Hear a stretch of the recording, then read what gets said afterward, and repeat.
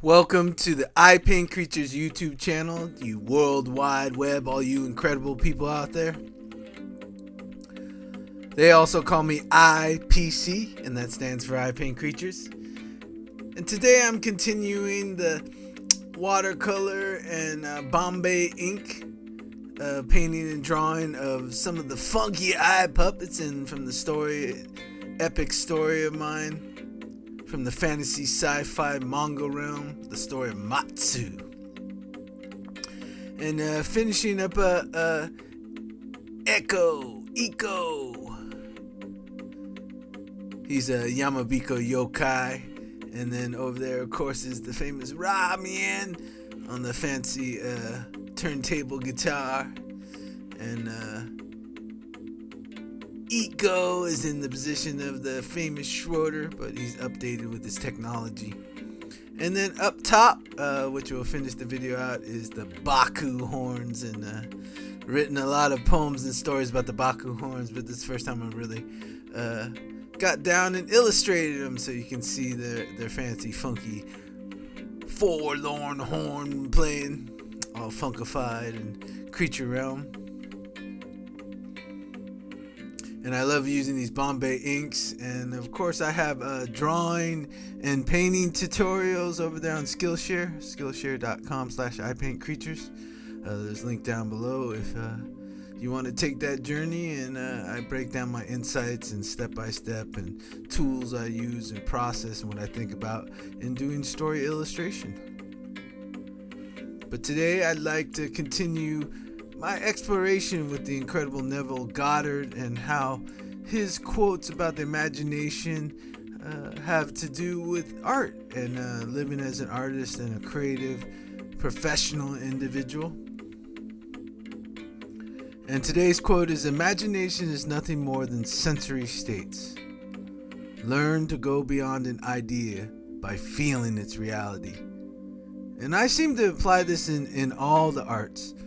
I definitely, even after all the years of applying all the arts, making music, composing music, singing and composing lyrics and structures to music and songs, and performing live with music, and then also performing spoken word, and poetry, spoken poetry, performance poetry, in an audience setting, and also composing on the page, and composing what I've come to know by my friend Gina on Clubhouse.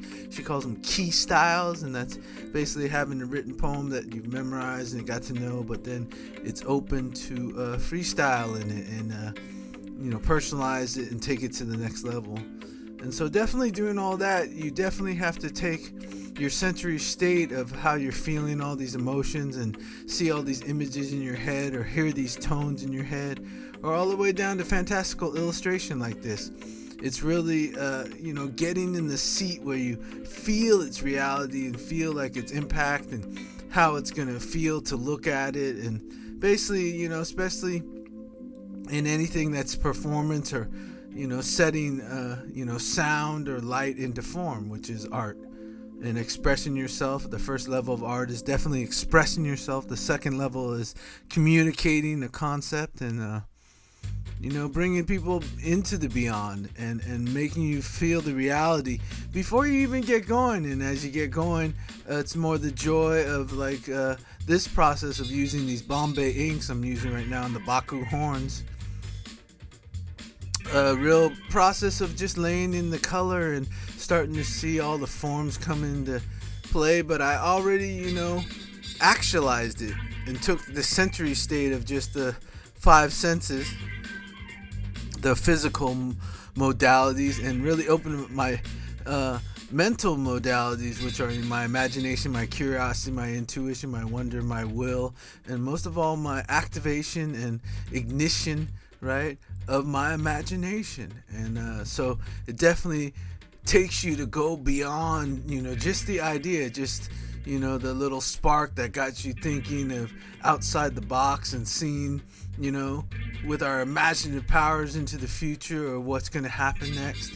And definitely taking that idea and putting it into a feeling, where you really can feel the experience and it gets more experiential, which is light at the heart of a lot of our lives. We get really fulfilled, when we are engaged in the experience more than, just the theory of it or the idea of it. And engaging in the experience is definitely the feeling of it, right?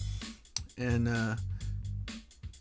all the rest of the mechanical parts, fall into place, and the kind of industrious parts of, bringing it into the physical 3D reality.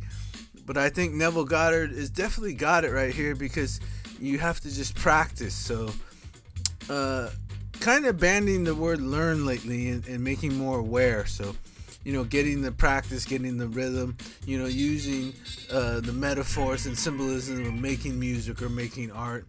And I think at the basis, the deepest part of art is life, living life as an art form, and definitely getting ideas of, what will propel you forward and make you more inspired and uplifted to be who you already be, and finding that idea that just gets you sparked and, get you up in the morning, get you going, and get your confidence in applying it, and moving it to a whole nother realm of just feeling, really. And then it becomes reality, because you're feeling it into that physical realm, where it starts definitely in kind of upper echelons of the mental, get yourself out of the dregs and move yourself up to a more inspired level, and definitely get social with it, inspire other people, and see it come back at you, and you'll start to feel the reality of it, right? And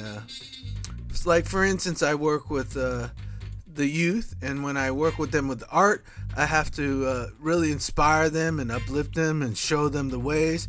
And then when I come back to my work, I have so much more feeling in it, and the experience of sharing the experience with them. And then it becomes more of a feeling, and it definitely hits the more realms of the reality now. So definitely imagination is nothing more than sensory states, like sitting there imagining, and it's not that tangible. But I think the more you go think from the beyond, think beyond, the plateau or the place you want to land, and what are you really desiring by doing any type of creative act, or, moving your emotions forward.